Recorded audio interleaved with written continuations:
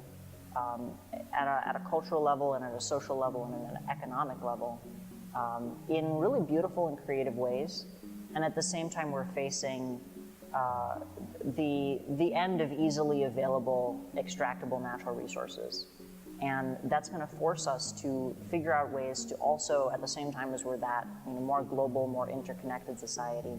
also at least at a material level, become much more local and become much more grounded in our economy and our way of life, where we get our food, where we make our buildings, where we get our transportation, where we get our energy, all of those basic things that keep everything going, really being grounded in the local ecosystem. And I think it's important to recognize that because of all the things we've done over the past several centuries, those ecosystems are changing very, very quickly.